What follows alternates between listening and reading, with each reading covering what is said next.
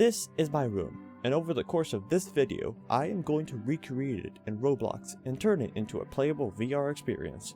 So without further ado, let's start. Alright, here's the master plan. Step 1, recreate my room in roblox-studio like a digital interior designer with too much free time. Step 2, export that masterpiece and toss it into Blender, where I'll sprinkle in some final tweaks and pretend I know what I'm doing.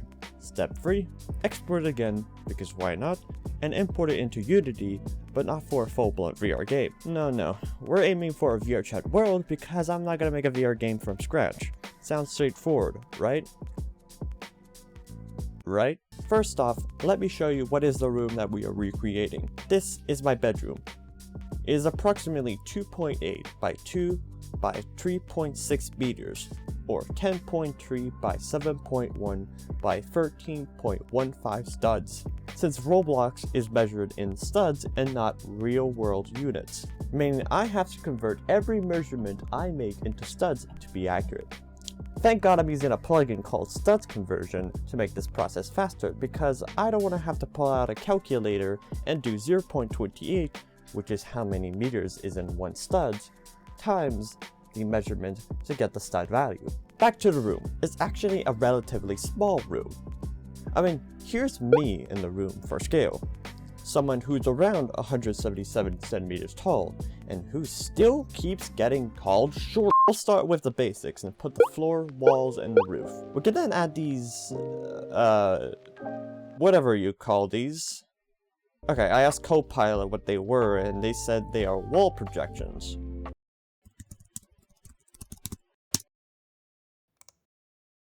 What the fudge is this? Okay, after some research, the closest thing I could find is foundation ledges, which are a step or shelf in a basement wall where the concrete sticks out to support the structure above or hold brick or stone.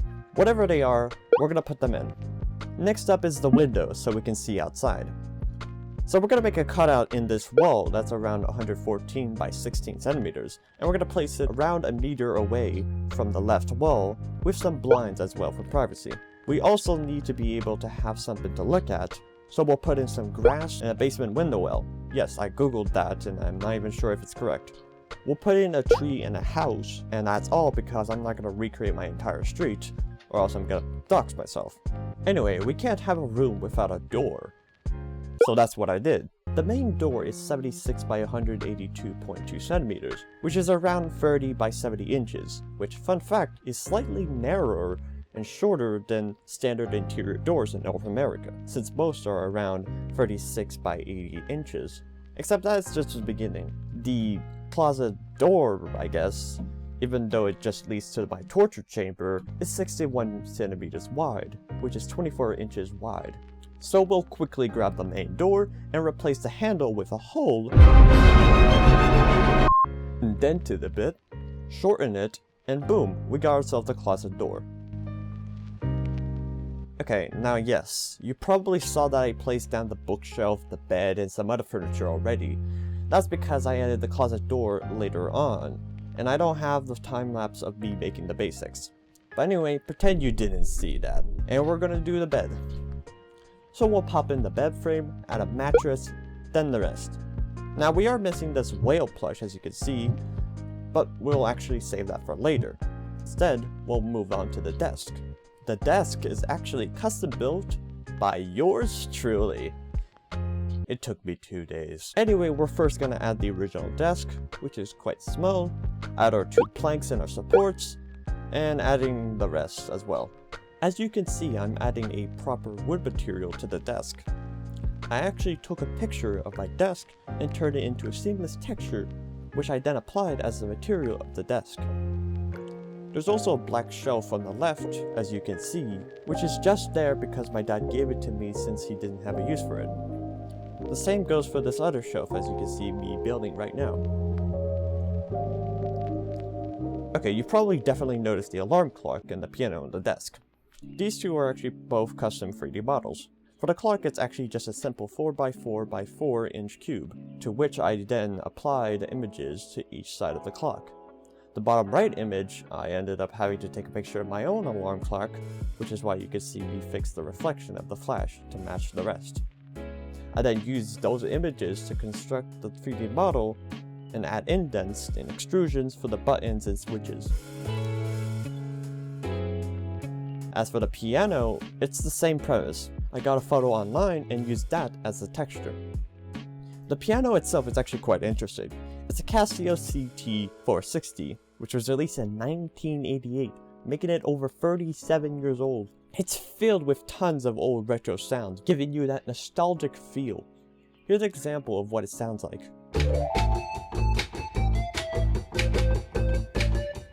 Now the black bottom shelf is missing the storage boxes as you can see in this photo. So I built that and placed it into the scene. I also added all the other boxes that were missing. Now we are doing the trash can, which is relatively simple. I looked up the model online and got the exact measurements. I then constructed the basics with some wedges and used corner wedges for the corners. Hence, corner wedges. I duplicated it and shrunk it to make a hole in it. But then I noticed I made an error in one of the corners, so I fixed that up and applied a wire mesh texture to it, which is actually just a texture of a fence, but it works either way. I next moved on to the board, where I hang all my VR gear, and a few other things. So as you can see, I'm trying to get the shape right, and I then built some hooks using some cylinders and used a plugin called Archimedes to make the curves. These cylinders I'm placing down are meant to be the baskets you can see here. There are 3 in total, and it's kind of the same premise as the trash can. You can also see I placed the computer and monitor already, which unfortunately I don't have the footage of, but it's really just some models I found on the marketplace, modified and scaled them correctly. I continued to add a few other things, such as this calendar, which is for 2033, a mirror, and a school award I got, which is censored for privacy reasons. I'm using Canva to make this award, and instead of it being an award, it's a certificate or like a diploma for a fake university targeted for a friend of mine. I'm doing this as a funny little gift for him. Now, not much attention has been paid to the roof, so we're gonna do exactly that. Hey roof, you wanna play some video games? I put it in this little box on the roof. No, I have no idea what it is. It may look like an attic entrance, but remember that I'm in the basement. I then continued adding the room light with a cylinder, a half sphere for the main glass, and some cones for the little extrusion on the tip. We then add a small vent next to it, and I quickly added this little trim you can see. During this I noticed I forgot to put in these shelves above the wardrobe, which were quick and simple to do. Hey there, Future Bay here. I see you're halfway through the video. Well, I just dropped in to let you know, I put in a lot of time and energy into creating these videos and producing the music you're hearing right now. Which, by the way, you can listen on my Spotify. So if you enjoy what I do, there are a few ways you can support me, such as subscribing to the channel and dropping a like to feed the algorithm, joining our community Discord to stay updated on new uploads and releases, or simply just supporting my Ko-Fi, which is basically just Patreon. All the links are found in the description of the video, and thanks for being here, it really means a lot. Okay, back to room building. Now we're moving on to the smaller objects like my drawing tablet, which I just grabbed a cube, scaled it, rounded the corners, slapped an image on it, and used a cylinder to replicate the dial to make it.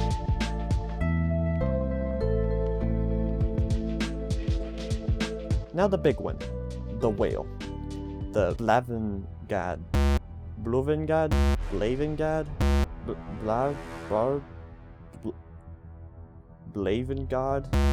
Okay, the Blavengad. Hey guys, Future Me here editing this video, just to let you guys know that this pronunciation is actually incorrect. Why the fuck can I not pronounce Swedish words? Anyway, this is where it gets interesting. To recreate the whale model, I used a technique called photogrammetry. For those unfamiliar, photogrammetry involves taking numerous photos of an object from various angles, which are then processed by software to generate a 3D model using complex calculations. I photographed the whale plush using an app called Polycam, imported the resulting model into Blender, and began refining it.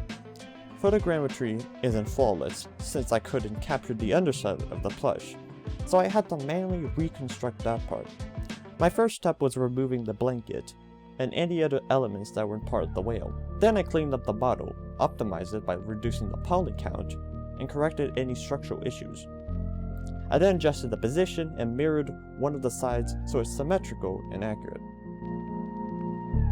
Next, I moved on to the underside of the model. The strange glitchy textures you're seeing are caused by newly added faces that lack UV mapping data, which is what tells the software how to apply textures to specific areas of the model. I fixed those up and continued with the rest. Lastly, I did some final touches, fixing any texture issues or errors I missed, and then I exported it and imported it into Roblox. And with that, here is the completed room.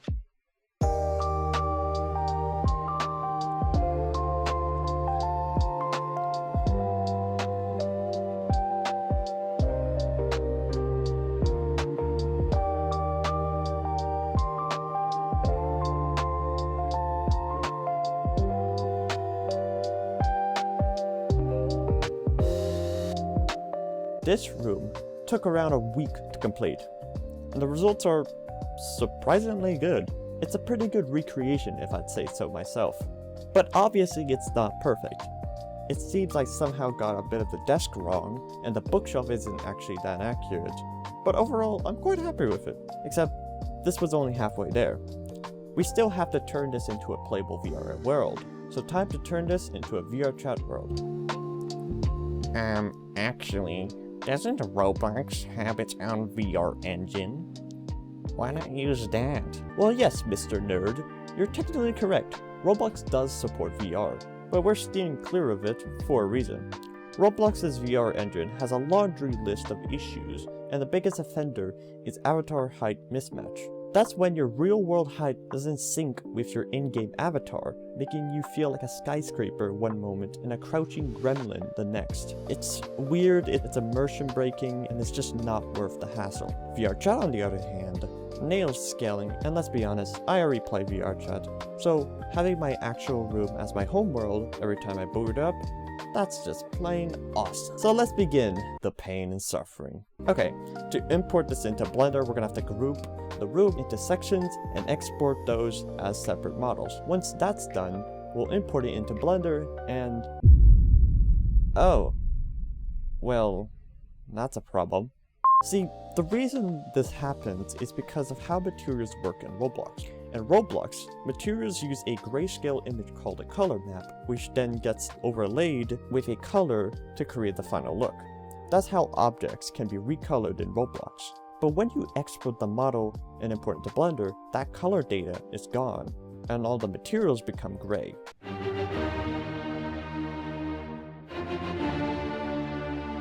The only times it wouldn't be gray is if the texture had color in it already, like the wardrobe, which has this as the texture, whereas the desk has this as the texture. This was a major problem, but this wasn't the end. There was a solution: Unity materials. Unlike Blender, Unity materials do support the ability to overlay a texture over a color, but it would mean I would have to manually change the color of all 379 objects, resulting in hundreds of textures. Luckily, we had a fix: unioning everything. Unioning in Roblox is when you go on strike because you demand better hours. Unioning in Roblox is when you combine multiple parts into a single solid object using the union tool. Instead of having dozens or hundreds of separate pieces, you end up with one unified shape. By unioning objects, you reduce the number of materials and textures needed, making the whole model cleaner and easier to manage. So that's what I did.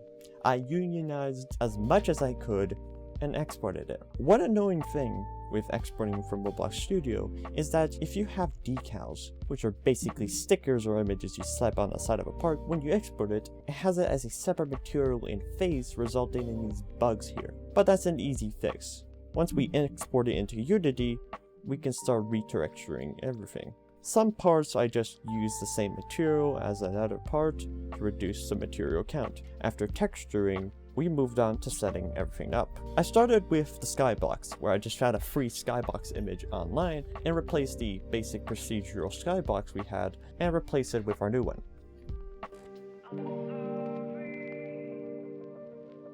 I next moved on to lighting. I added a simple point light to the scene and adjusted it as necessary. I somehow accidentally disabled shadows on the light, so for a bit I just sat there wondering why there were no shadows. At this point, this is where I fixed the scale of the room. The room in Unity wasn't scaled accurately, it was way bigger than it was supposed to be, so I reduced the side to the accurate height. Now, the painful part. The whale. See, I wanted the whale to be an interactable object you can pick up. To do that, I need to add a box collider component to determine the collision box of the whale and add a VRC pickup component, which is what allows you to pick up the object. Except, it was way harder than I thought. Throughout my testing, the plush would constantly move off super far away on the right off screen when I tried to pick it up. I actually ended up needing to ask for help to fix this issue. I later re-exported and re-imported the whale from Roblox, and that fixed it. Don't ask me what the problem was. I'm not sure what it was either. Anyway, after resolving that issue, it was pretty much done. So, time to see how it looks in VR. Okay, here we go. Wow. Well, this is certainly an interesting experience. So basically, now I am in my room in virtual reality and in real life. In fact, yeah, that's actually quite accurate. So that means, theoretically, working collisions. I could touch my roof all I want. That's not accurate though. You can see how my hand is sort of phasing through the desk.